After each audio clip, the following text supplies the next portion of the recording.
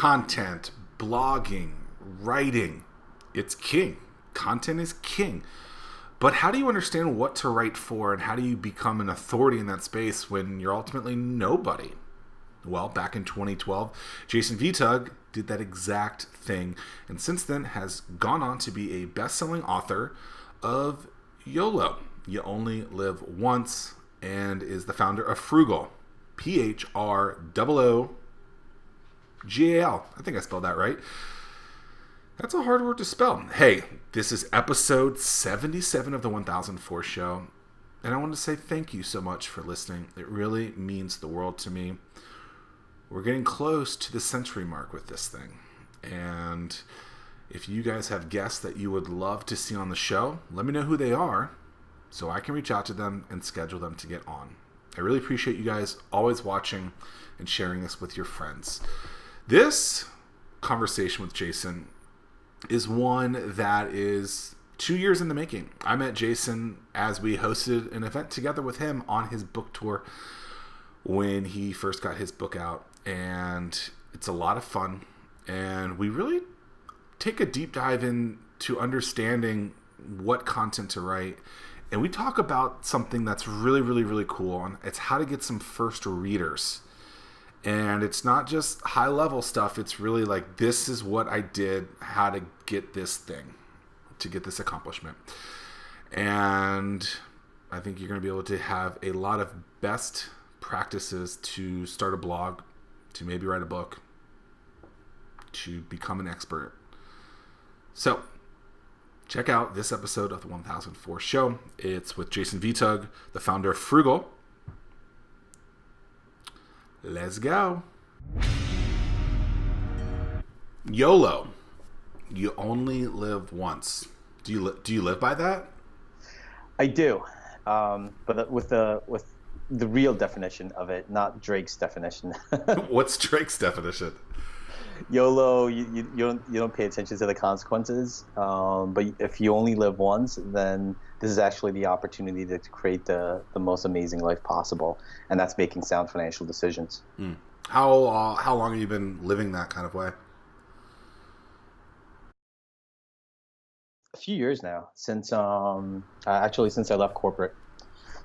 So like since 2012, some derivative of it, and then I was able to just solidify it in the last couple of years. When you were working that corporate finance job, right? Yeah, well, I was in marketing business development, so I was a VP of marketing business development. And how long did you work in that for? I did that for 3.5 years. And how long, where in that position did you start hating working there, or realizing that you could do something different? Yeah, it wasn't so much I was hating it, but you're looking at probably 2 years in, because I already left, kind of corporate. I was in the banking field. So with that 3.5 years, I was in banking, probably another 3-4 years prior to that, but on the retail side. And I was quickly climbing up, going into corporate, and then I jumped ship and got this corporate job in California, Silicon Valley. And so it's conglomeration. It wasn't just that job in itself, but the whole actual process of climbing the corporate ladder and kind of waiting for retirement at 60 or what have you. I think that all just culminated into me wanting to shift gears. Because it was going to take too long to get to that, or? No, it just wasn't fulfilling. After a while, you're in that rat race, and it really wasn't fulfilling. So I actually, when I was debating whether or not to leave corporate, my VP of finance said, if the board of directors believe that you could be the successor CEO, because they offered me the successor CEO position and would train me for a couple of years to take over when my CEO would retire. She goes, if they believe in you, why can't you believe in yourself to kind of pursue whatever it is that you want to pursue? But I didn't know what I wanted to pursue. I just knew that I didn't want to be in that same situation that I was in. So how did you figure out that what you're doing now is kind of that? I think the key is removing yourself from everything that you know, and everything that you've done. And so traveling is a great way of doing that. And so that's when I went backpacking around the world, which was going to be for a couple of months, turned into an entire year. And that backpacking is what allowed me to have different experiences and different conversations and time to really reflect on the life that I was already living. So you're reflecting, you as you said, you remove yourself from everything you've known and done just to get around the world. But this thing came up, Phroogal, or being ready for financial readiness. How did that, when did that aha moment come up? When did that thing come in your head and say, hey, this is that thing that I want to do? Well, no, it's funny because I do have a specific story of me sitting on top of a 8th century temple, staring at a 5,000 stumbles pagodas. I think that's like this photo that I share all the time. Is this a real story, or did you No, it's a real story. Yeah, it was like that aha moment. It was like, wow, because growing up, I love like Indiana Jones, and I wanted to be an archaeologist or something like that. But it was that moment, being surrounded by all these like temples and pagodas, that I went and asked myself, like, I'm living my dreams. Like, where is everyone else? And I knew, like, from that moment, I had all these issues with personal finance. I had all these issues with debt. And although I was in banking, but how did I get to the point where I could say no to a successor CEO position? I could, take a year off and backpack around the world. And that was through financial knowledge and accessing the right resources and tools. And ultimately, that's when I got back in 2013, that's what I wanted to provide, was better access to information, better access to the tools that help me and hopefully can help others achieve their goals sooner rather than later. Were you in debt when you did this travel? No, I was not. Okay, so you had gotten out at that point. I was in debt prior to. And so I was saving 401k, I was saving for a down payment in the home. And so I actually, instead of buying a home, I actually used the money to pay off the rest of my debt, as well as use it to backpack around the world. What's interesting, like on a side note, what was interesting is I was actually holding on to the debt for some reason. That was my purpose. It's sort of like, okay, you work hard, you get a paycheck to buy things and be obligated to pay for things. And so even though I had minimal, I can't remember how much debt I had at that point, but although it was minimal, I was making minimum monthly payments. My next step was to kind of take on more debt, which would be buying a home somewhere in Silicon Valley. So that was kind of like that moment to say, wait a minute, I'm just going to be in this rat race forever. So I went about face and used a down payment to pay off the debt and then backpack. What's something from a financial matter, I guess, that a lot of people are going through that you have seen over the years now that is consistent over and over again? Is it that same thing with debt and holding on to it for the wrong reasons? What do you think the most consistent thing that people are in kind of as a financial issue? One, it's mindset. It really is. It boils down to a belief system around money. That includes credit, the usage of credit, and holding on to debt. So I think across the board, people have a mindset issue when it comes to money. The relationship, right? Like, what are your thoughts and feelings about money? What does it make you feel? Do you feel that is it good to make a ton of money? I mean, I've met entrepreneurs and regular people that think that, money is evil. And if you believe money is evil, then how are you able to make more of it? It's kind of challenging those beliefs. And the second thing I would say is student loans. Student loan debt is it's a huge one for people, and so you have a person that graduates college, takes on a massive amounts of student loan debt, and then realizes in a couple of years that they don't want to go through the corporate route, just like myself, and all of a sudden now they are, stuck into $80,000, $100,000 of student loan debt, and they're looking at it, and I wish I knew that there's an alternative route than college. It's wild. I went to West Virginia University. I think when I left there, $70,000 in student loans. At this point, I've paid off a lot of it, but there's one for I think my last year, maybe it was my, I don't know. It was 3 different loans, and I have one left. and I just paid them monthly payment for, I don't know, I've been out of college now 11 years. And I'm like, I gotta be almost done with this. So I just signed in the other day what I actually got the loan for 11 years ago, and I paid the monthly payment on it. The loan is actually more now. So I got the loan for probably $18,000. It is now $25,000 because of interest. I was sitting here like, I got like $1,000 left. I got to be almost done. And I'm like, and yes, that's me not being aware of that specific thing, because I just paid the monthly minimum because that's what they told me to do.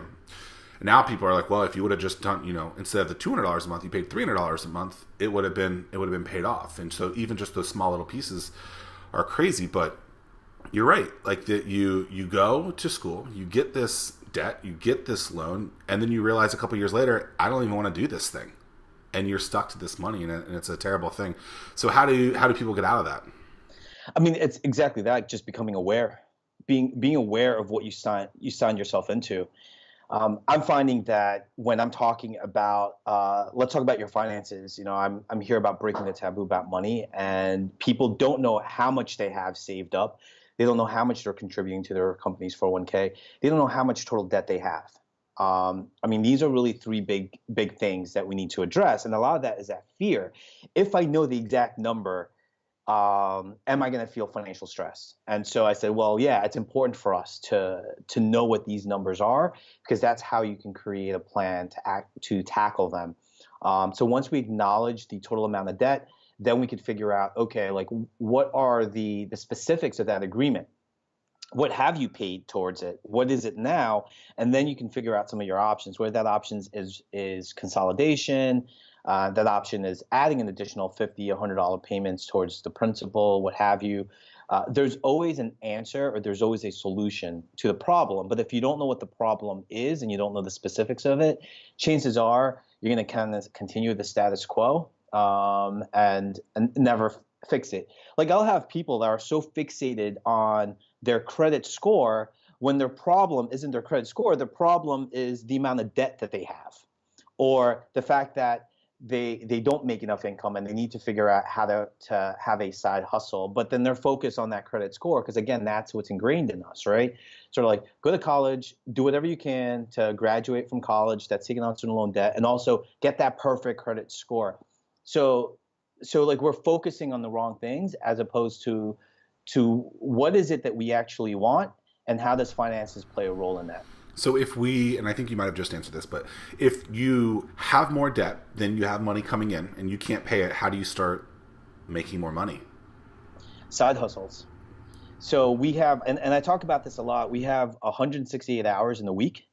If we work that traditional corporate job of 40 hours per week, we're left with 128. Now, if we're commuting, so say 10 hours a week, what have you, you still have about 118 hours. And now when you factor in sleep, et cetera, there's still a good chunk amount of time that you can use to kind of pursue a passion project or use to create passive income, whether you're looking at starting a blog or taking some of your skills and offering it to your family and friends for a fee. I think that's kind of the easiest way possible.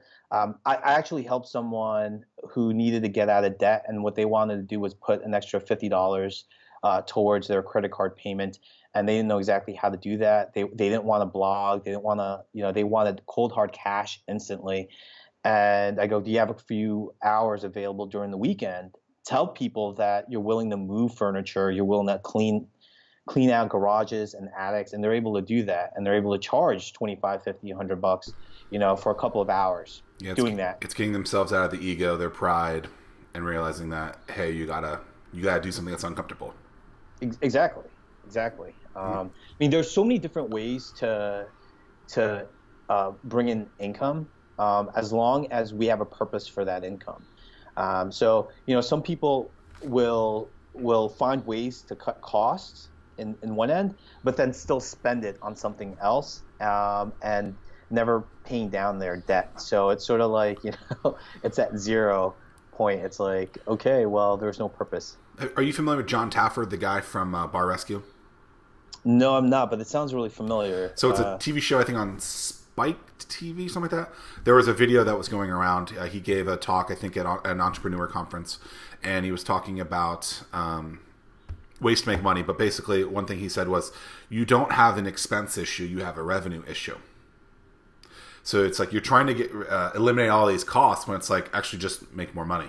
And if you make more money, you don't have these expense issues. And it was very fascinating because whether it's me and the times that we've gone through rough times, or with businesses that we've worked with that are going through some rough times, it's like, look, I get it. You need to save some money, and remove it from some of these scenarios. But if you can make more money, you're in a lot better situation. So let's head back to 2012. Okay. 2013, you're, for all intents and purposes, a nobody at that point, right? Yeah, absolutely. How do you become an expert in something over those years, and how do you convince someone that like you are trustworthy of talking about something that is a scary thing, like you've said, for many people to talk about, money? Yeah, what's interesting is that, prior to 2012, I mean, I was already working in banking. So I was exposed to the industry, and I was I was VP of Marketing and Business Development, and part of that was trying to get people interested enough in making the switch from their bank into the credit union that I worked for in Silicon Valley. And so we needed a way to differentiate ourselves, and I thought we can differentiate ourselves, especially during the height of the Great Recession, on personal finance. Let's talk about the basics of money. At that point, corporations and companies were still talking about 401ks, retirement. And I'm like, are you kidding me? It's like people are struggling day to day. They're afraid. And let's talk to them about budgeting. Let's talk to them about credit and debt and things like that. And that worked. That helped grow my company significantly during the Great Recession. And I didn't know at that time, but I was solidifying myself as a financial expert because I was traveling all across the country. We had all these different offices and campuses all across the country, and I would travel there, start talking about basics of personal finance. But leaving corporate, leaving the banking institution in 2012, and then backpacking around the world, you kind of come back and go, well, how do I create a name outside of this bubble that I was in? And a lot of that had to do with blogging. I mean, I didn't set out to create Phroogal, with this mindset that it was going to become a household name. It was a way for me to communicate to others what I was going to work on. So Phroogal was a way to say, hey, I did have these mindset issues when it came to money. I was in debt. I have this idea to empower a generation to be better with money so they can live their dreams, whatever that may be. And so I was using that as a vehicle to communicate, and it was through blogging. So you're talking about, that buzzword of content creation, right? It was blogging that I stumbled into. And so I was sharing these stories with my family and my friends because they're the ones that were vested into what I was doing with my life, because they're like, I had that career, I was going to be the CEO of the company, and then all of a sudden, about face, I gave up on it. I backpacked. That sounds all fun and sexy and exciting, but then you come back home, it's the reality. What are you going to do with your life? And everyone kept asking me that, and I knew I had this idea. Wasn't quite sure how to formulate it, but I knew writing about it was going to get people off my back, to tell them these are my ideas. And when I started talking about my problems or my issues with money and how much debt I had, and I was very open with it, they started sharing it. And so from a handful of people, again, my family and friends, to 1,000 to 5,000 people started reading my blog. And So that's how the community grew. let's deep dive into that a little bit. So Jason Vitug 101 in that like version 1 is what? So you're blogging where? What's the website? What does all that kind of look like? Yeah, so I already had this idea that I was going to build some type of platform related to money. So I created Phroogal.com, Phroogal. And then I didn't have the funds, and I'm not a programmer, so I didn't have the skills to create this idea I had for Phroogal. So I started blogging. I started writing about that. So I called myself a blogger. I was a founder talking about this idea. And was it a WordPress site or something like that? WordPress site, Okay. simple WordPress site. And I started blogging in April 2013. And a simple WordPress site, getting people to understand the idea, the concept. And in between, I thought, just similar to your question, like, how do I get people to understand that I'm the right person to talk about personal finance or to address this problem about the taboo of money? And that's when I started sharing some of my financial knowledge. Because you had years of industry expertise working at a big bank or in marketing with all those people. So basically leveraging that and then telling those stories. Correct. Leveraging that, but like really telling my story. I mean, what captivated people was telling my story. When I started breaking the taboo about myself, because everyone in my circle thought it was amazing that I got to live this dream life where I lived out in California. I had the fancy car. I lived in Palo Alto, and I said no to this kick-ass job and then backpacking around the world. I mean, that sounds so fun and sexy, but they didn't know the backstory. They didn't know about my struggles with finance. And so when I was open about those issues and how I got myself out of it, it resonated with people. And then they began sharing those blog posts. And that's how my community grew outside of my network. What was the fancy car? BMW 3 Series, nice. 328i, yeah. A lot of people talk about being transparent, but I think that's a very difficult thing for people to say, hey, I have this much debt. Hey, I've gone through this really, challenging piece of my life. How did you start to write about you and being transparent about that and just, sharing it with the world, especially with people who you know so closely? It's actually I'm still in that process. So it's not a matter of saying, okay, I'm going to choose to be very transparent about my money situation, and I'm about 90% transparent about my money situation because it is still a process. So what I encourage everyone when they're dealing with their finances, that they don't have to lay everything out all at once, because there are all these safeguards, there are all these things that we create in our mind to protect ourselves. And then when we start fighting against that, we will find ourselves in a very depressed state. And so what I like to tell everyone is like, yes, I seem very transparent because I can tell you I was $40,000 in student loan and credit card debt. I can tell you I was living paycheck to paycheck with a 6-figure salary. I can tell you there was a point where I contemplated bankruptcy. There was a point where I was getting debt collection calls.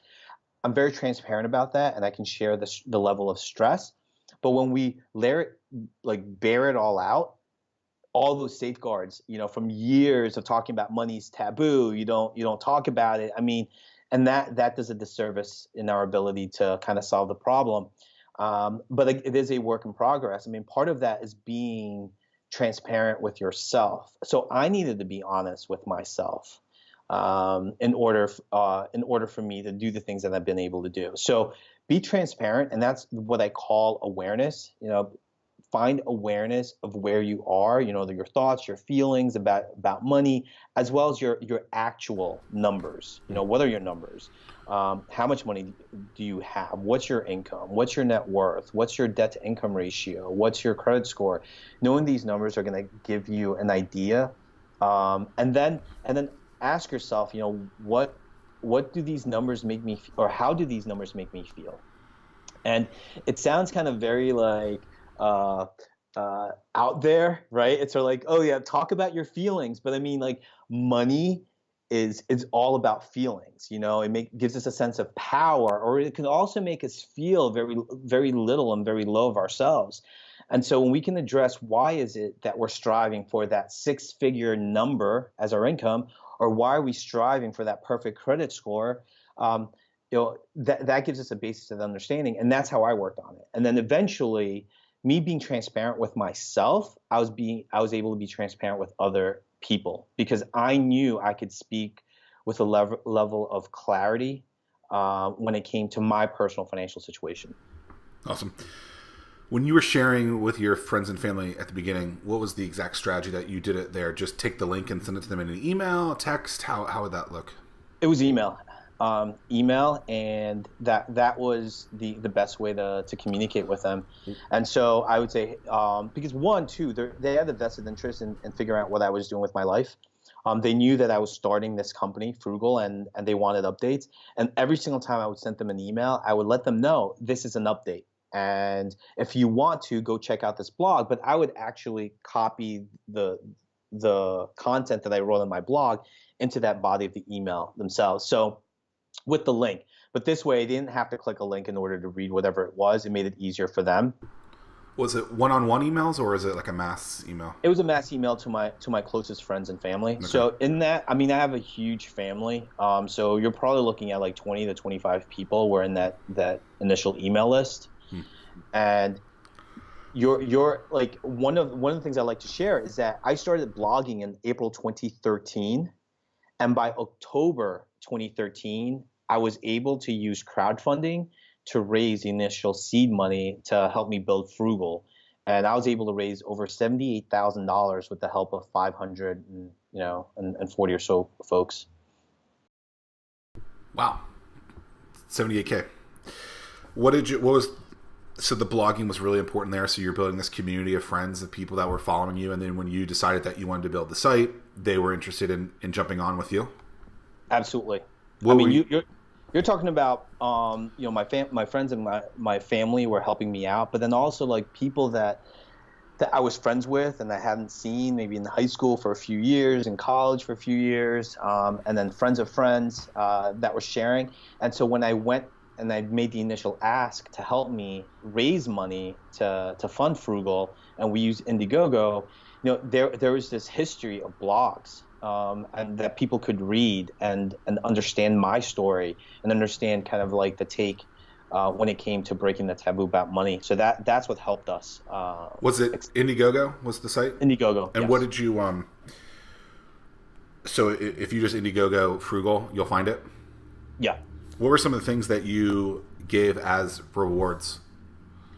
T-shirts, stickers. Nothing fancy? Nothing big and fancy. So there was no book in the works at that point?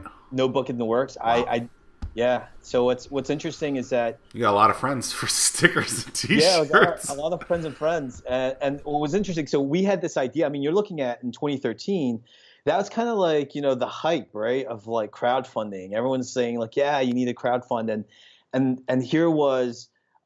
We didn't really know much about crowdfunding, but we dived into it. I mean, at that point, I brought in a co-founder because I was trying to raise money. So here I was being a successful blogger, and I wanted to raise money. And so I'm in Silicon Valley. So I'm going to all these meetups, talking to these venture capitals, and they're telling me, you're not a tech guy. You need to find yourself a tech person, or you need to find yourself a co-founder. There's no way that you could do this by yourself. So here I was taking the advice of these venture capitals who would not give me money anyway. And so I found a co-founder. He wasn't a tech guy. He was actually just another marketing guy. So that was like, a no-no in the realm. You can't get two marketing guys trying to pitch investors. But we created a plan, and that plan was very successful in terms of reaching out into our network and our expanded network. And I mean, we hustled. We raised that 78,000 in 30 days, and using our email list, using Facebook, using LinkedIn to get people to know what we were doing. And again, it was having the blog for people to look into and say, okay, this is something fly by night. This is something that wasn't conceived in just, in a couple of days. This was something that we shared my story a lot. And that really helped drive people to I think they contributed more so because they wanted to help someone that was passionate about what they were doing. They didn't necessarily knew what I was doing, because I got that feedback a lot. They wanted the stickers and shirts. Let's be real. Come on. I'm sure they were great. Yeah, there you go. Yep. But it's the passion. I mean, I definitely think passion plays such a key role in anything. People buy from people they like. Yeah. It's so important. Yep, it's that time. Ask Zack questions. Hey, you like this belt? That's the 1004 championship belt. It's pretty cool. I'm giving it away, though.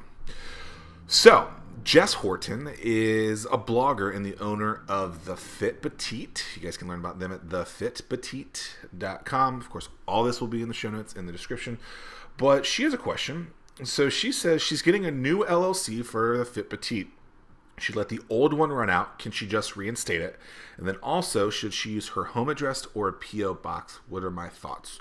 So with an LLC, as long as you did not send the state that you're doing business in saying that you're closing the business, you can still reinstate it.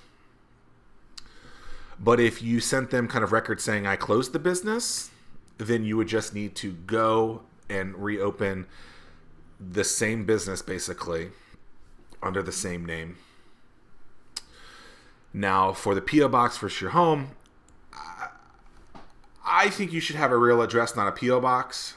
I don't care where you work. I think that remote work is fine wherever you work. But I think P.O. box, maybe some businesses, if you're sending them some collateral or they're asking you what your address is, if you say P.O. box, they might question that. Your home address, even if it has, an apartment number, it could be suite whatever. There's a lot of ways to get around that, but I would recommend a home address other than a P.O. box. So if you guys have questions, would love to answer them here. It's hashtag AskZack. You guys can go to startwithhatch.com/ask or simply ask in the comments.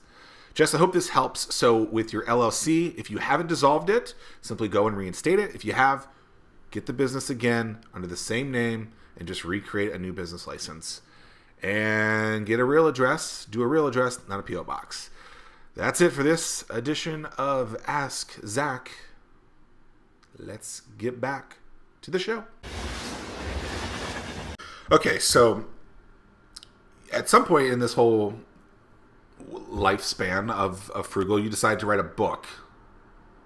Yes. Was the book before you started going on the nationwide tour, or was the tour first? So let me take a quick sidestep. In about 2014, you're an entrepreneur, and everything is going okay, but money was a big issue to kind of build this technology company, this fintech company, and we were having a hard time raising money. And at that point, my co-founder decided he wanted to leave, and he wanted to pursue something else, and everything seemed like it was falling apart. And so this is like, a year and a half into starting Phroogal, the blog, and then raising money and spending so much money on programmers that, we went through all that cash very quickly. And so my co-founder decides to leave, and I go, what am I going to do next? And then I said, what, if I'm in this situation, I'm still passionate about what I'm doing. I want to help people understand money. Let me combine two passions of mine, personal finance and traveling. And that's how I created the Road to Financial Wellness. And then so I took myself and got a group of volunteers and interns to go driving around the country in 2015. And we did 37 events in 30 days. So it was really crazy, but it was amazing. And that solidified the brand in the personal finance fintech world, that we're up to something pretty grand, and that helped grow my community to over 60,000 people now. Is that in emails? How do you track that number? That's on emails across the country. And I got a book deal out of it, because what was interesting was, as I was going around the country, as I was telling them about how awesome this group of millennials are breaking that taboo about money, and we're having events, meetups, activities, etc. A lot of the newscasters and the journalists were like, this is interesting, but to journalists, personal finance isn't sexy, isn't fun. It doesn't merit me coming onto TV to talk about money, and so. But then there's others that will say, this is great. It should though. It should, right? Though. I agree. I have a journalism degree. I worked in news. There's a lot of things that they could and should be covering, but they don't. And personal finance is probably one of those things, especially if they're going to talk about it from a negative perspective when people go through such bad things. But continue. Sorry.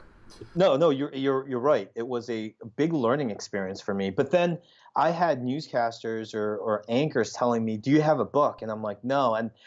And so they were like, "Well, how are you an author? How are you an authority if you're not an author? And so I was like, oh, wait, that was an aha moment because, wait, authority, author, authority, like the word author is where authority comes from. I never thought about that way, but then I would tell them I'm a blogger. I've written tons of blogs. I have this growing community, but they were like, well, we need you to be an author of a book. That makes you an authority on the subject. I never knew that either, by the way. Literally, I'm just looking at that. I'm like, wow. Yeah, so I said to myself when I got back in July and August, I said, I'm going to write a book. I'm going to self-publish. I'm going to use Amazon, and this is how I'm going to be an authority on the subject matter. And what's interesting about that is I posted that on Facebook, and I said, this was my experience, and I'm going to self-publish. And a good friend of mine, she's 70 years old. I've known her for a few years. I working in banking. I was her personal banker, and I worked in retail. We became really good friends. And she said, I never knew you wanted to be an author. My son works at Wiley. So Wiley became my publisher. And it was through that Facebook post that she sent an email to her son who worked in distribution, who sent it to his boss. And literally, I saved the email because it went through 8 different people before my editor reached out to me and said, oh, this sounds really interesting. Do you have a moment to speak? I spoke with her and her team over the phone. She sends me an email saying, can you fill this document out? It was 2 pages, so it wasn't like this huge, fill it out, let us know more about you, and give us a rough outline of what this book would be like. I sent it to her, and then she emails me back, and she goes, oh, we'd like to speak to you, one more time to see if this is the right fit.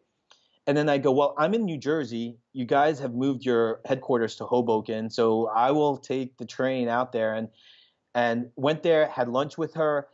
By the time I got back home, I had a book deal in my inbox. So it was very surreal because I didn't have to work on creating a book proposal. Yep. It really landed on my lap. But then when I think about it, it didn't, because one, they knew I had a growing community, so there was demand. And then they realized that I had my own distribution, my platform, since I go around the country speaking. And that's the huge thing, right? People, if you have a community, if you have a platform, if you have people, if you have a following, it's a lot easier for people that have a bigger brand than you to get behind you. So you've done one book now. Yes. What was that experience like? It was an amazing experience. I mean, there was a team of 6 people working with me. Oh wow. So I had my editor, my main editor, and so she helped me through the process. But then they offered me a development editor, who worked with me through the process. As I was writing the chapters, I would send it to my development editor, and she would go give me feedback on it, and then I would make the changes. I mean, she was amazing because I would write something in chapter 10, and she would go, Jason, you've written this on chapter 2. And she would remember every single detail of the book. And what I loved about it, and I never knew the role of a development editor, is that she looks at everything without any emotional ties to the content. And she was very good at telling me, Jason, this is a really great paragraph or section, but it doesn't belong in this book because it deviates away from your main point. And now I go, but it's such a great story, I want to put it in there. And she goes, it is. It might be better for a second book, but take it out of there.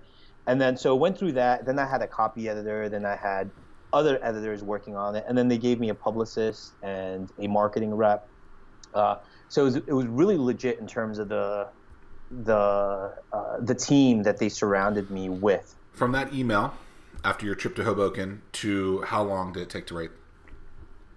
So I was writing kind of bits and pieces of the book already. I think that's all of us have that, right? Mm-hmm. we have notes, and then so I had that to rely on, and I had massive amounts of blog posts that I could use. But it did take me about 6 months to write that book, and it was another 6 months for it to be out on the shelves. Yeah, I'm writing this book called Anomaly: How to Finally Stand Out from the Crowd. Getting marketing exposure for you or your business. And I'm learning about that whole process and how even once you get a book deal, it still takes months because then they have to sell it to the big boxes, if you will, and that takes a while. And it's interesting. So book 2, what's next for you? Yeah, so what's next is that I'm going back on the road, meeting my community and focusing a lot on creating content through interviews, through conversations and activities all across the country. And book number 2. So book number 2 is slated to arrive fall of this year. It's written already? It's written already. Wow. Now, bearing if it gets pushed back on the timeline. So part of this process is really learning that, personal finance books, money books, depending on the month it comes out, has a higher probability of hitting, a big seller or best-selling lists and things like that. And it's been interesting learning about that process because, you look online and you don't really have any information to glean from. But when you're in it, and then you start seeing the data and you start seeing other books come out at certain times, it's interesting how that works. But also now that I have been a published author, it has hit best-selling lists. It was reviewed by the New York Times. There's a lot of that stuff going for me, so it's not like I'm starting from scratch. And again, learning that sometimes the first book kind of helps bring you to the forefront, and then the second and third, for most authors, they say the third book is the big one. When the New York Times reviewed you, was it positive? Was it negative? Were you scared crapless when you were reading it? Like, what was that like? It's funny because, like, think about this. Like, your editor calls you and says, "We're really excited. The New York Times is, they got a copy of a book and they said they're going to review it." So I'm like, what does that mean? Like, what does that mean? And it's like, it doesn't mean anything. They could read it, and we won't know whether or not it's a positive or a good review until it's published. That's if they publish it. And so, of course, but I left it out of my head. I'm like, you know what? I'm busy promoting the book, talking about the book that I didn't think about it. I was in New Orleans. I was eating one of those those cakes. I forgot what they're called. Beignets, yes. Yeah. So I'm in Café Du Monde, eating those beignets. And then I happened to get a message from my editor and said, check your email. So I checked the email and it's out. So here I am, and it's sort of like it's out on publication, but I'm like, oh, I thought it was only just an online review. And, because she had already shared the online review with me like a week prior. And I thought, okay, this is great. They did an online review in the New York Times. It was a lukewarm review, but it was a recommended read. So, the reviewer, Mr. Brown, which I loved his take on it, was, Jason had the foresight to address mindset and to address kind of like the needs of this generation and how important it was to have a clear vision for the life you want to live before you start setting financial goals. That's kind of like my book. My book is about make sure you're very clear about your vision before you set financial goals that takes you away from that vision for your life. So he really loved that point, and he recommended others to read it. But what he felt was missing was I didn't give enough tactical or practical advice. But that wasn't the purpose of the book, because I knew that there was enough books out there that would give you the 1, 2, 3s.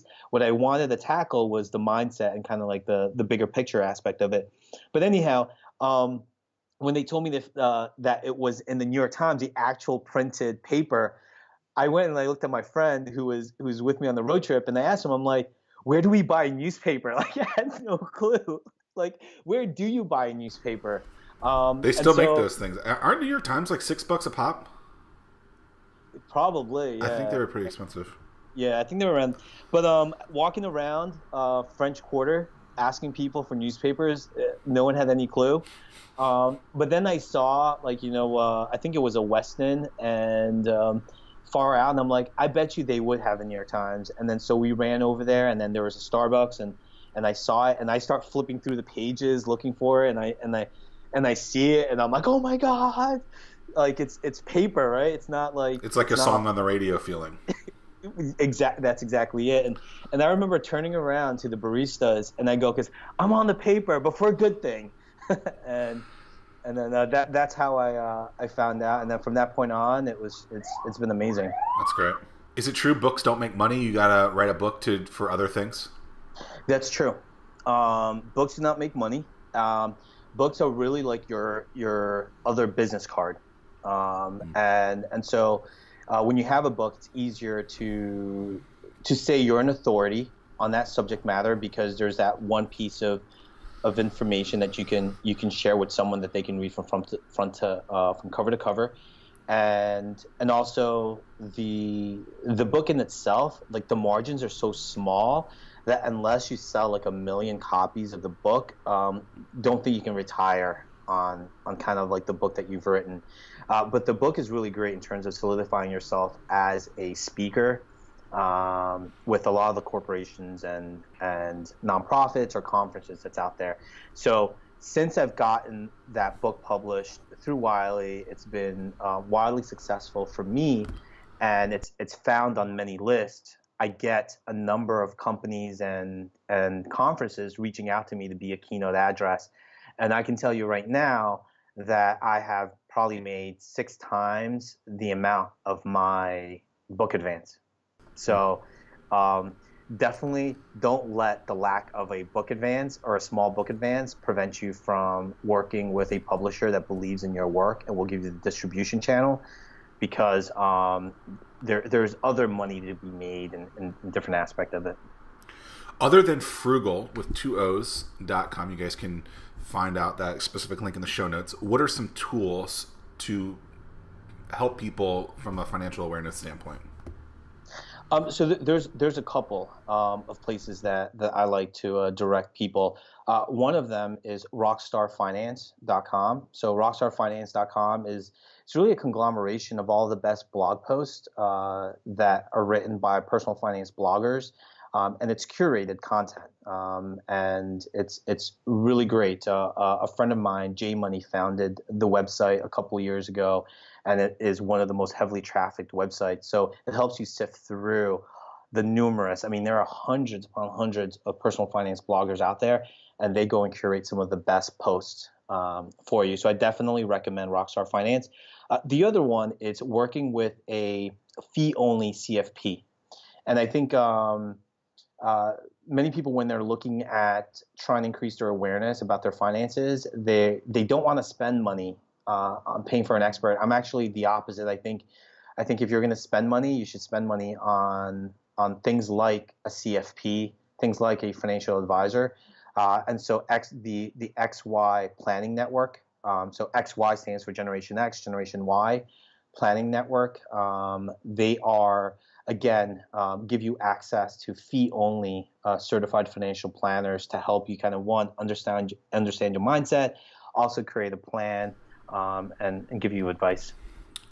I totally agree with that. Like, if you're paying for a service provider, or you should be paying for a service provider, because if you don't, what are you going to get from them? A lot of people try and barter, and I think that's okay, or it's a percentage of something.